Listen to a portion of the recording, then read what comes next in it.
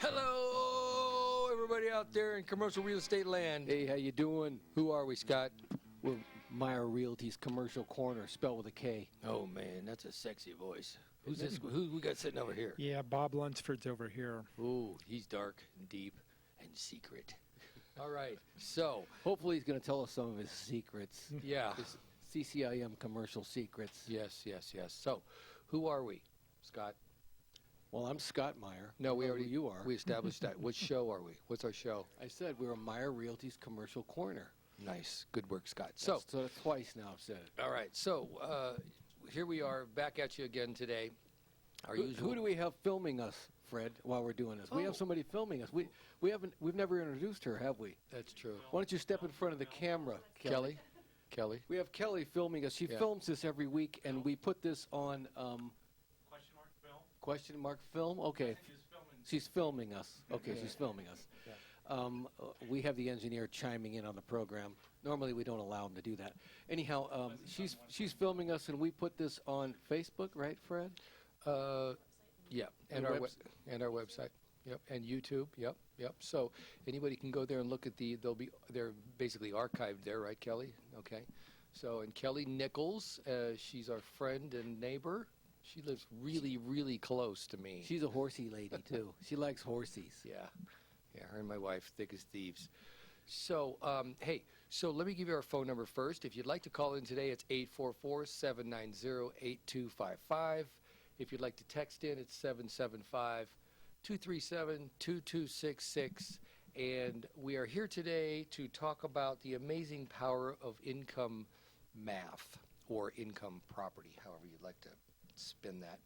And exactly kind of, what we do, what I've done, what our clients have done, and really just sort of turn you on to reasons that folks do what we do, invest in commercial real estate or small multi-properties. When you say do what we do, that's because you're not talking about we sell it, which we do, but you're talking about we also buy what we sell. We buy Thank you. That's correct. Investment real estate. Exactly. And that's the we do part I meant. Oh, it is? Well, I just wanted to clarify, Fred, because sometimes you're a little confusing, so I just want to clarify you. Sometimes I'm a little confused. So, we were just out actually shopping with a couple of nice fellas from California. Hello out there, Craig and Scott, if you're listening. They promised they were going to listen in, and we promised we wouldn't mention them. But, I don't keep those kind of promises, Craig and Scott. So, anyway, really nice fellas from California. We had a good time with them, showing them some a nice piece of commercial real estate in the Midtown area today that they're, I think, pretty interested in. So we'll see where that goes. That's a hot area. It's a hot area, yeah. Red hot. Burning red hot. White hot. We're having more fun than you guys are out there. We already know that. So we're here today to talk about the power of investing in commercial real estate. And maybe I'll start it off with a deal I did. Scott, how does that sound? Well, let me preface this something. Really, what the point of this show is that if you make small incremental changes in your revenue side of things, it can have a huge impact on the bottom line, and it affects your tax basis, and it affects the equity in the property. So that's really the point of all this. You mean after you own a property? After you own a property, if you increase the rent slightly, and because that stuff goes right to the bottom line, right? Goes right to your wallet. Absolutely. Right. No, and that's a good point. Thanks for bringing that up, Bob, because it would have been dumb for me to launch off without that preface, actually. So I'm glad you did that. But so really, and what we're talking about is when you're looking at a real estate deal, how to assess it, how to size it up, and how to look for these little opportunities within the deal. And they're sort of can be kind of hidden if you don't know what you're looking for, but a little bit of experience and maybe a good agent coaching you along can be very helpful. I bought a building a number of years back, probably about 7 or 8 years ago, on East 4th Street. It was an old, funky, fallen down kind of transmission shop. Well, it really wasn't fallen down, but it was funky. I mean, it had been a transmission shop for years. The guy was what we call kind of a down and outer. He was retiring, and He just wanted to sell and close his business up. He didn't want to sell the business. He was just going into retirement mode. So I bought the property. He cleared out all his inventory, which took him about 2 months because he'd been there for about 40 years. And I went into the building, and so I bought it basically vacant. And so, standing out front, scratching my head, what am I going to do with this? I've got this building. My payments have started the day I closed escrow. I've got to figure out what I'm going to do. How am I going to transform this thing into a moneymaker, right? Because it was no longer going to be a transmission shop as far as I was concerned, and I didn't have any transmission shop takers. So I was looking and thinking about what am I going to do. So I started with the front of the building and, the curb appeal, and I completely addressed the whole front of the building, completely the whole facade. It was a stucco, kind of a Art Deco looking stucco front on it. So we restuccoed it basically back, just basically freshened up the stucco, all new glass doors, man doors and roll-up doors, and then painted the building, and it looked beautiful. It looked like a new old or an old new building. And then I proceeded to go inside and clean up more. So, I had to do some extensive cleaning there so we could change the usage, because really my drive was to go to a more retail type usage, which would up the amount of rent I could get. So I went in and upgraded the lighting, and what else did I do? Put in some heating. It had old oil heat, so we closed that out and put in natural gas heat. And you do something with the fire department. Do you have to do something with the fire department too? You come in and that was later. Oh, was it? Yeah, Okay. that was later, but it was just basically hardwire for a fire alarm. It's just a code thing you have to do. But so I went in and basically did these things that I've just mentioned, and then planted a sign and raised the square foot price up to what I thought the market, or moved it, or I should say asked what I thought market was for the type of use I was trying to attract. And I got two different folks to lease. It's actually 2 spaces, and got them to lease the property. And at the end of the day, my deal went from $450 I paid for it, and 0 rent coming in, to after I did these improvements and went out and found tenants and put them in there and secured them under leases. The building was worth $675 at a 7 cap when I was done. So really, moving in, finding a piece of real estate like that, and then thinking about what can I do how can I reposition it in the marketplace? What's going on in the neighborhood? What's changing? How can I move my building to that usage maybe, or bring users that are looking for space to my building and change my building so it accommodates them, is what I did. And really that happened in about, it wasn't any more than 3 months, I think. And it was, so, you subtract 450 from 675, and in 3 months, that's the kind of profit, if I would have sold that day, that I would have had. So, Yeah. Well, that was an example of rehabbing the building and changing the use and everything. I guess, the one thing that I referred to is the possibility of increasing the rents. So right now, you have told me you're below market rent a little bit. And so if you increase those market rents, you're going to have more money in your pocket, and you're going to have a great value. Hopefully his tenants aren't listening right now, but yeah, go ahead. That's right. I don't want to tip them off. So really, that's just these small changes that you can make subsequent to the rehabbing that you did would have a huge impact, financial impact, in terms of what you're putting in your pocket, and yeah, right to the bottom line. The appreciation, the value of the building. Yeah. So you're absolutely right. The leases are below market, and they're, I'm not exactly sure why. I have to ask myself. That would be a question that look in the mirror and ask. I know. But a lot has happened in that neighborhood very quickly as part of it, really. It sort of fell asleep at the wheel a little bit, really, literally. And there are some really exciting things, if you want to touch on that really for a minute. The brewery district is what we're talking about, which is really the stretch that runs from just about right about where the new bus station is, and right where the Louis Bass Corner. Yeah. Used to be. It still is. Is it still there? Yeah, it's still. Somebody else bought it. Where that is, and heading east all the way down to about the Wells overpass, I believe is what's deemed now the brewery district. So we'll be right back in a minute, or maybe two, to share with you a little bit about the Lincoln Highway and what's going on there, because it's exciting. See you in 4, 3, 2, 1. Rank it up. Hi, this is Eddie Floyd. I want to tell you about the wine.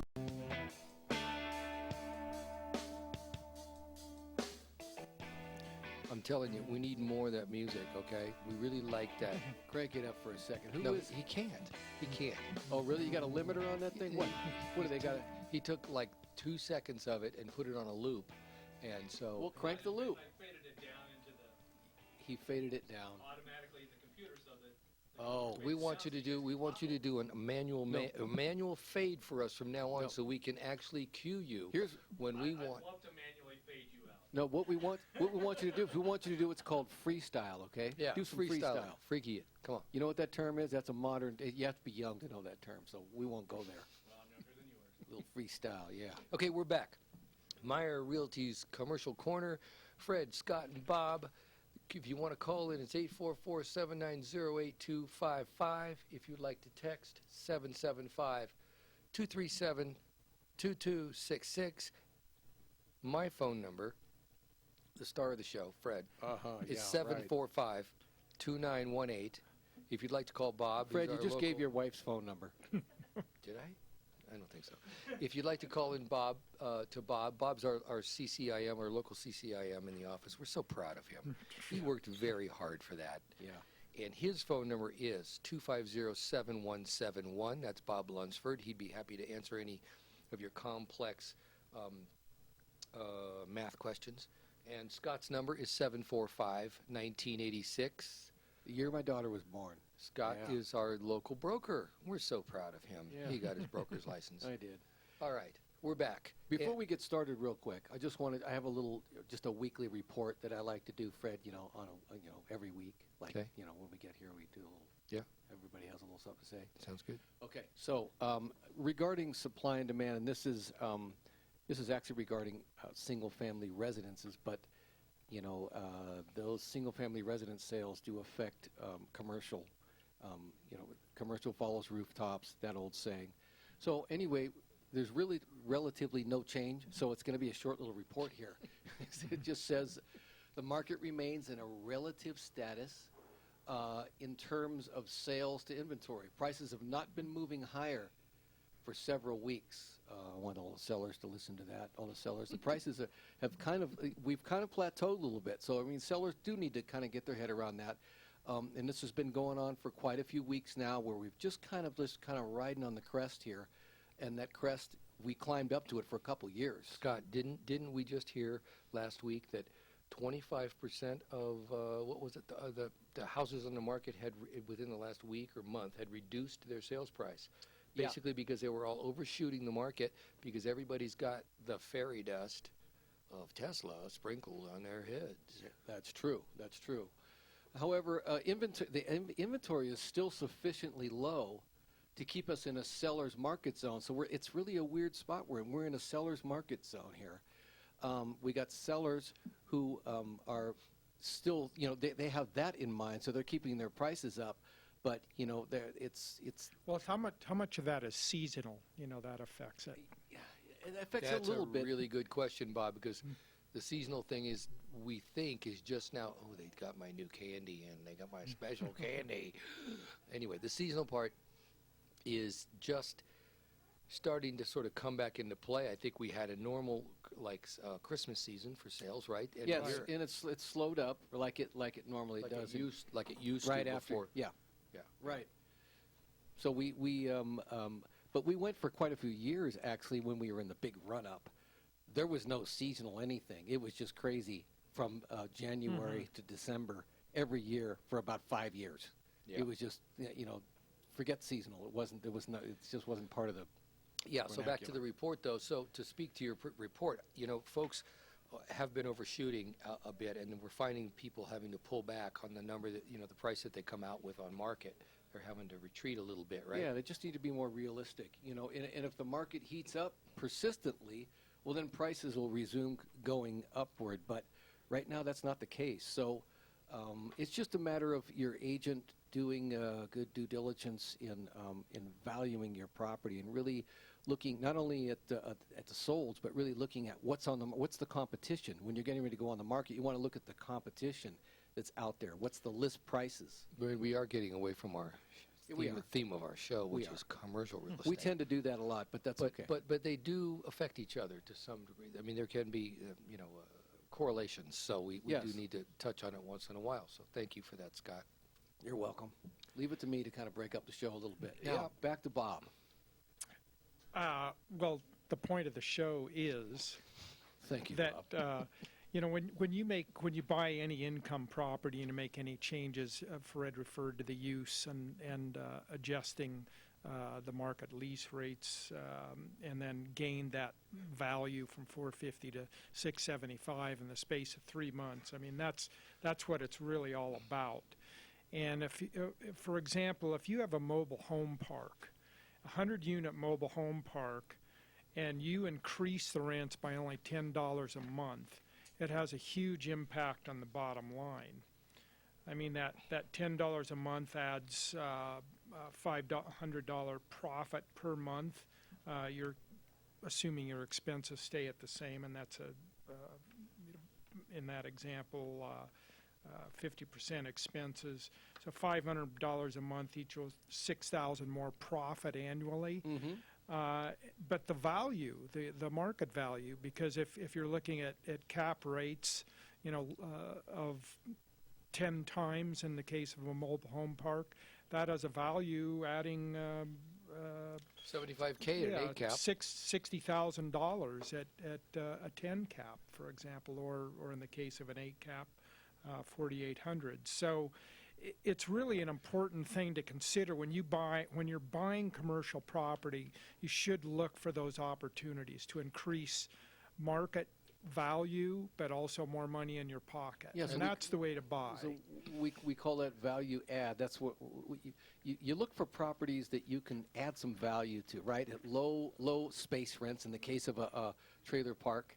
I know another thing that trailer park owners can do that really it won't necessarily add value to the park, but it'll certainly add money in your pocket. And that is, if a lot of times they'll actually sell the trailers. If they own a park-owned trailer, Right. sell them to the tenant, and the rates, because they're carrying the note, the rates can be way above what the normal rates out in the market are. And so that's Exactly. another way to really increase. Like I said, it's not necessarily going to increase the value of your park, but certainly will increase your monthly income by doing that. There's also tax benefits to that too, because if you actually gain that $6,000 a year in income, for example, you're also writing that off against depreciation. So it may be that additional gain comes to you tax-free.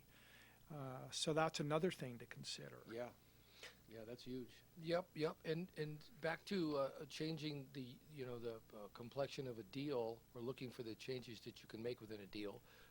When I changed, what I did on that 4th Street thing, I did change the use completely. So Right. the rent that you could charge for a transmission shop versus the rent you could Right. charge for retail are two entirely different numbers, even though it was in the same location, because of the changing marketplace that it sat in, which is back to the 4th Street corridor, Lincoln Highway. the Lincoln Highway, and the Brewery District, which is where we left off in the last segment. Right, and a lot of people don't know. I'll just say real quick that the Lincoln Highway, the reason why it's called a highway, even though we just think of it as 4th Street now, is that originally that was the road, the street, whatever you want to call it, the highway that you had to take through town. 80 was not around back then. We're talking way back. That was the main road going through town. When you came through Reno, that's the road you took, and that was called the Lincoln Highway, or Highway 40. Until, I think it was late 1950s, 59. Does the radio producer know? Do you know? Was it 59 or 60 when the highway came through? No, I think it was during... I-80 was not until Really? Late 60s, early 70s. Well, I do know that they, during the war, we're really getting off the subject, but during World War II, to move and transport equipment and military and stuff like that, that's when they started doing the highway from one coast to the other. I don't know, maybe it was called 40 then at that time, but I know it was during the war that they really pushed that. Anyway, So there's been all that development, which is from the, I guess, well, early 1900s, really.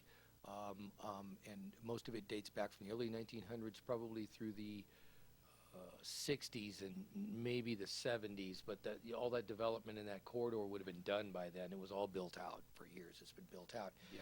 So it's cool old stuff, and some of it is even designed by that fella DeLongchamp that a lot of you may have heard of. He did the post office building downtown, which the Carter brothers just finished doing a remodel on, which is, I'm told, beautiful. I haven't been in to see it yet, but it's a beautiful old building. So, it's a very historic highway, and our town is realizing that we have another gem, running through it. And Virginia Street, South Virginia Street, which has now been deemed Midtown, is turning into a gem of a street, and people are fixing things up and revitalizing it, and we're seeing that happen in that short little corridor east of downtown on East 4th Street. That's going to be called the Brewery District, is that right? Yeah, it is now sort of. It's sort of getting branded that, right? Yeah, and so I was down there with my friend Bob here. Last week we were down there showing what we were going to show a property, and turned out it was sold out from under us. Out from under us. Those dirty, rotten Yeah, scoundrels. we didn't even know, but we pulled up, and the buyer was very gracious, and he had also bought the one next door or across the street. It was the old Alpine building. He took us through. It was beautiful. It's going to be another brewery and a pizzeria. So lots of exciting things happening in that corridor. Very, very hot part of town. Gosh, we are out of time. Okay. Can we buy another 20 minutes? The point of that description is think about this commercial property and think about changing the use. Yes, thank you, Bob. Think about increasing the rents. Think Yes. about putting more money in your pocket. Thank you, Thank Bob. you for summing that up. Thank you all very much. 7452918. We'll see you next week. Thank you.